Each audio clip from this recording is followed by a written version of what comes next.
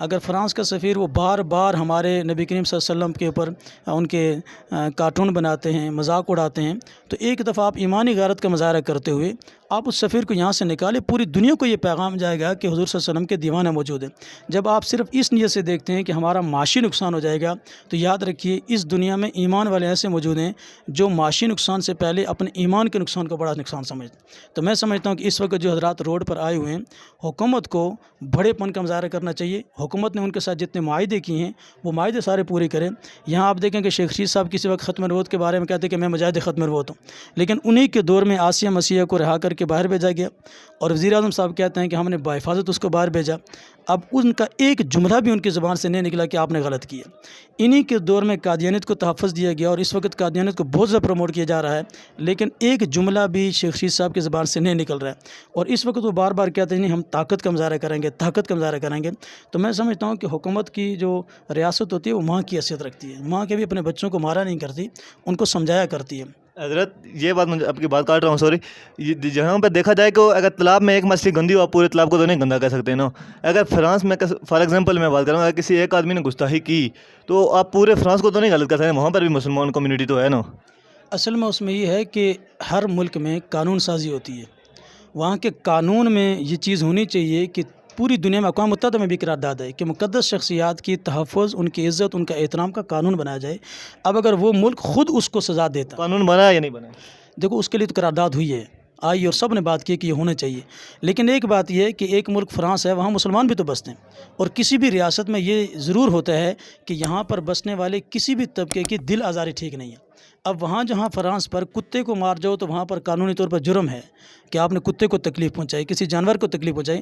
اگر وہاں ایک مسلمان کو تکلیف اس لیے پہنچائی جا رہی ہے کہ ان کے نبی کریم صلی اللہ علیہ وسلم کے خلاف گستاخی کی جا رہی ہے، تو میں سمجھتا ہوں کہ یہ وہاں کی فرانس کی حکومت اگر خود کردار ادا کرتی تو پھر امت مسلمہ نہ کھڑی ہوتی۔ بالکل، حضرت نے بہت ہی زیادہ اہم پیغام دیا۔ تو حضرت میں آپ سے اب اختتام کی طرف چلتے ہیں، میں آپ سے لاسٹ کوسچن کروں گا کہ جو آپ کی جو سوشل ایکٹیویٹیز ہیں ان میں آپ کون سے پلیٹ فارم سے ایکٹیویٹیز کر رہے ہیں، اور آپ کو جو مدرسہ جو چل رہا ہے اس وقت اس میں اگر کوئی آدمی ایڈمیشن اپنا کروانا چاہے، ہو سکتا ہے کوئی دیکھے خواہش مند ہو آپ کے ساتھ، تو اس کے لیے کیا طریقہ کار ہے؟ ارے ہمارے الحمدللہ یہاں بھی جتنے مدارس چل رہے ہیں، پاکستان میں مدارس چل رہے ہیں، کسی مدرسے میں پورے پاکستان میں فیس نہیں ہے، ہم داخلہ فیس بھی نہیں لیتے۔ اس وقت تک کہ بچوں کا کھانا پینا، رہائش، ان کی ابتدائی طبی امداد، یہ ساری مدرسہ خود برداشت کرتا ہے۔ اور اس کے ساتھ ساتھ وہ بچے کہ جن کے پاس کتابوں کے پیسے نہیں ہوتے، مدرسہ ان کی کتابیں بھی ان کو فراہم کرتا ہے۔ اور میں سمجھتا ہوں کہ یہ پاکستان کی سب سے بڑی این جی اوز ہے، کہ ایسا پورے پاکستان میں ایسی کوئی این جی اوز نہیں ہے کہ جو ایک وقت میں سینکڑوں بچوں کو کھانا بھی دیتی ہیں ان ٹائم کا، ان کے پانی کا انتظام بھی کرے، ان کی رہائش کا انتظام بھی کرے، ان کی بجلی کپڑے کا اہتمام بھی کرے، ان کی طبی امداد کا بھی اہتمام کرے، ایسا کہیں بھی نہیں ہے۔ لیکن ہمارے مدارس میں الحمدللہ مخیر حضرات کے تعاون سے یہ سب کچھ ہو رہا ہے۔ اور آج بھی جس مدرسے میں پڑھا رہا ہوں تقریباً 700 کے قریب وہاں طلباء ہیں، اس ایک بڑے مدرسے میں، پھر جہاں میں میرا مدرسہ ہے گلاس فیکٹری میں، وہاں تقریباً 150 کے قریب بچے ہیں۔ پھر یہاں ہمارے گاؤں میں جو مدرسہ ہے وہاں بھی تقریباً 60-70 قریب ہیں۔ ہم کہیں بھی ہم فیس نہیں لیتے ہیں۔ اگر کوئی بچہ حفظ میں داخلہ لینا چاہتا ہے، یہاں لینا چاہتا ہے، تو یہاں کے حضرات بھی فری اس کو پڑھائیں گے۔ پاکستان میں لینا چاہتا ہے اگر کسی بھی بڑے مدرسے میں، تو انشاءاللہ ہماری خدمات حاضر ہیں۔ کوئی بچہ لائیں، اگر کوئی یتیم ہو، غریب ہو، فقیر ہو، جس حالت میں ہو، ہمیں خوشی ہوگی کہ کسی ایسے بچے کی سرپرستی ہمیں مل جائے کہ جو ہماری دونوں جہانوں کی کامیابی کا ذریعہ بن جائے۔ تو یہاں پر جو آپ کا آزاد کشمیر مدرسہ ہے اس کا مکمل ایڈریس کیا ہے؟ دیکھیں یہاں تو ہمارا بڑا مدرسہ تو یہ انوار العلوم دھرکوٹ میں ہے، جہاں میں خود بھی پڑھا ہوں۔ پھر ہمارے روڈ میں مولانا امجد صاحب بیٹھے ہیں، ان کا مدرسہ ہے۔ اس طرح ہیل میں تجوید قرآن مدرسہ مولانا امتیاز بھائی صاحب کا۔ پھر ذیلی گاؤں ہے ہمارا جو موڑا بٹھارا، وہاں جامعہ عائشہ صدیقہ کے نام سے ہے، بچیوں کا بھی مدرسہ ہے، بچوں کا بھی ہے، لیکن اس وقت وہاں پر غیر رہائشی بچے ہیں، وہاں غیر رہائشی بچے ہیں۔ غیر رہائشی آئیں گے تو پھر ٹھیک ہے، رہائشی ابھی شروع نہیں کی ہے، انشاءاللہ ہم نے ذہن میں تو رکھا ہوا ہے، ترتیب بنائی ہے کہ انشاءاللہ رہائشی بھی شروع کریں گے۔ اور جب بھی رہائشی ہوگا تو انشاءاللہ جب بھی آپ کہیں گے، جیسے بھی کہیں گے، نظرات سے رابطہ کر کے اور بچوں کو بھیجیں، انشاءاللہ ہم بالکل تعاون کریں گے۔ تو آپ نے حضرت کے بہت ساری دینی، سیاسی، سماجی تمام باتیں سماج فرمائی۔ حضرت آخری اگر آپ اپنی طرف سے ہمارے دیکھنے والوں کو پیغام دے جائیں، دینی، سیاسی، سماجی، کوئی بھی آپ پیغام جو آپ کو مناسب لگے آپ دے سکتے ہیں۔ میری پوری قوم سے درخواست ہے کہ سب سے پہلے ہم اپنے اللہ کو راضی کرنے والے بن جائیں۔ اس لیے کہ ہم مادیات کی دنیا میں جا کر ہم ٹیکنالوجی پر تو تحقیق کرتے ہیں کہ اس تک کیسے پہنچے، لیکن جس نے ٹیکنالوجی بنائی ہے وہ رب کی ذات، ہم اس تک جانا نہیں چاہتے۔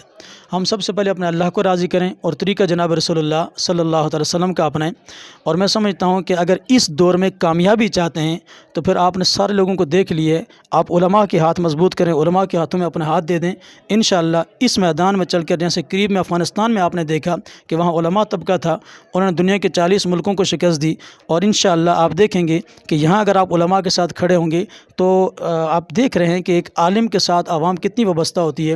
یعنی بچہ پیدا ہوتا ہے تو عالم سے نام پوچھتے ہیں، اس کے کان میں اذان دیتے ہیں، عالم کو بلاتے ہیں، اس کو 7 دن کے بعد عقیقہ کرتے ہیں تو عالم کو بلاتے ہیں۔ چھوٹے چھوٹے مسائل ہوتے ہیں تو امت کا سب سے زیادہ طبقہ جو جڑا ہوا ہے قوم کے ساتھ وہ علماء طبقہ ہے۔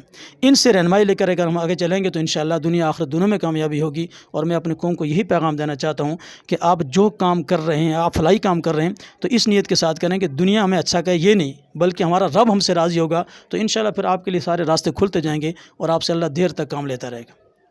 ایک کوشچن میرے دماغ میں اور آ گیا حضرت، اگر آپ فار ایگزامپل وزیر اعظم بن جاتے ہیں پاکستان کے تو پھر آپ کی کیا خدمات رہیں گی مدرسے کے حوالے سے، سوشل آل کے حوالے سے آپ کی کیا؟ دیکھیں سب سے پہلے تو اگر اللہ ہمیں یہ نصیب کر دے تو ہمارے لیے تو یہ آزمائش بھی ہوگی، لیکن ہم سب سے پہلے اللہ کا شکر ادا کریں گے اور اللہ سے آج بھی وعدہ کرتے ہیں کہ اللہ اگر ہم اس مقام پر پہنچ گئے تو یہ آپ کی امانت ہوگی اور یہ قوم بھی آپ کی امانت ہے، ہم اس کی خدمت کریں گے اور بلا تفریق پوری انسانیت کی خدمت، یہ ہمارا ماٹو ہے۔